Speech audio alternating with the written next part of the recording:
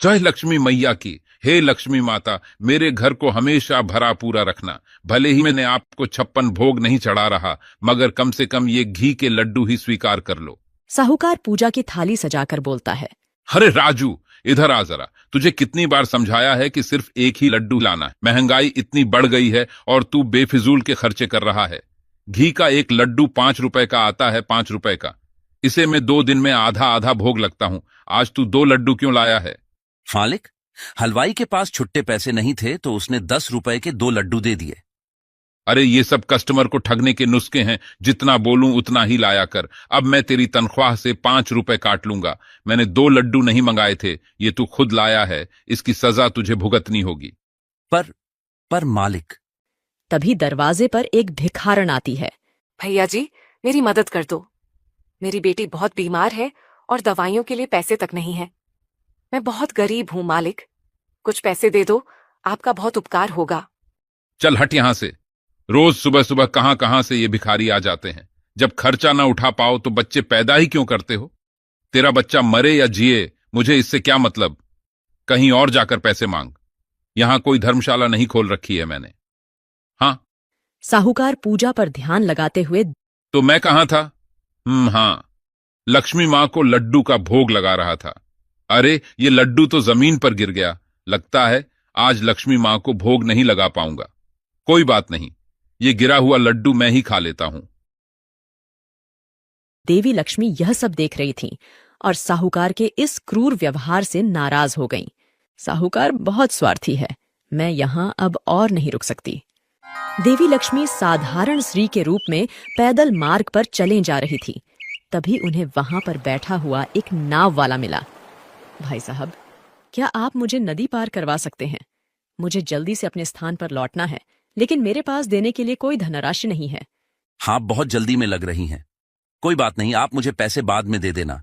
मैं आपको अभी नदी पार करवा देता हूँ। वैसे आप रहते कहाँ हैं?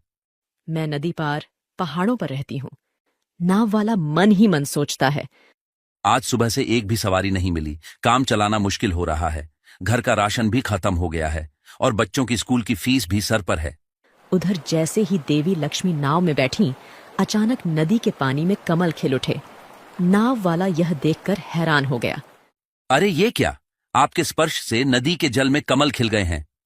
लक्ष्मी माँ नाव वाले के मन में चल रही व्यथा समझ लेती है। ये नाव वाले को देखो, इसके जीवन में धन की कमी है, इसके बावजूद इसके मन में उदारता भरी हुई है। और दूसरी तरफ वो सेठ, जिसके पास सब कुछ होते हुए भी वो इतना लालची है।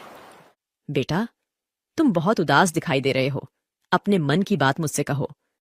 मैं बहुत गरीब हूं माँ। परिवार का गुजारा मुश्किल से कर पाता हूँ। मेरी पत्नी और एक बेटा है। आज सुबह से ही सवारी की तलाश में हूं, पर कोई नहीं मिला। मेरे बेटे की स्कूल की फीस भरनी है। समझ नहीं आ रहा कि पैसे कहां से लाऊं। बेटा, चिंता मत करो। सदैव अच्छे कर्म करते रहो। इंसान के जीवन में अच्छे कर्म ही उसका साथ देते हैं। देखना, तुम्हारे दुख के दिन जल्द ही दूर हो जाएंगे। माता, नदी का किनारा आ गया। अब आप आराम से उतर जाइए। तुम्हारा बहुत बहुत शुक्रिया। मैं अब चलती हूँ। जैसे ही देवी लक्ष्मी नाव से उतरी, नाव अचानक सोने का हो जाता है। यह देख मोहन की आंखें खुली की खुली रह जाती हैं। अरे ये कैसे हो गया? मेरी नाव सोने की हो गई। ये कोई साधारण औरत नहीं, ये तो स्वयं देवी लक्ष्मी थी। माँ, मुझसे बहुत बड़ी भूल हो गई। मैं आपको पहचान नहीं पाया। मुझ माफ कर दो माँ, मुझे माफ कर दो। मोहन जैसे ही अपनी आंखें बंद करता है, वो बूढ़ी औरत उसे देवी लक्ष्मी के रूप में दिखाई देती है। पुत्र, तुमने निस्वार्थ भावना से मेरी मदद की। तुमने मेरी परीक्षा में सफलता पाई है। जो मनुष्य दूसरों की मदद करता है, उस पर मेरी कृपा हमेशा बनी रहती है। मांगो, तुम्हारी जो भी इच्छा हो। माँ, मुझे बस इतनी शक्ति देना कि मैं मेहनत करके अपने परिवार का पालन पोषण कर सकूं और आपका आशीर्वाद सदैव मेरे परिवार पर बना रहे। आज से मैं स्वयं तुम्हारे घर में निवास करूंगी। तुम्हारे घर में हमेशा धन और शांति बनी रहेगी। तथास्तु। मोहन जब आंखें खोलता है तो अपने सोने के नाव पर सोने से भरी थैली पाता है। अब देवी लक्ष्मी की कृपा से नाव वाले मोहन की गरीबी दूर हो गई। दूसरी ओर देवी के बाद सेठ के घर दरिद्र आ गई। उसकी सारी धन संपत्ति खत्म हो गई।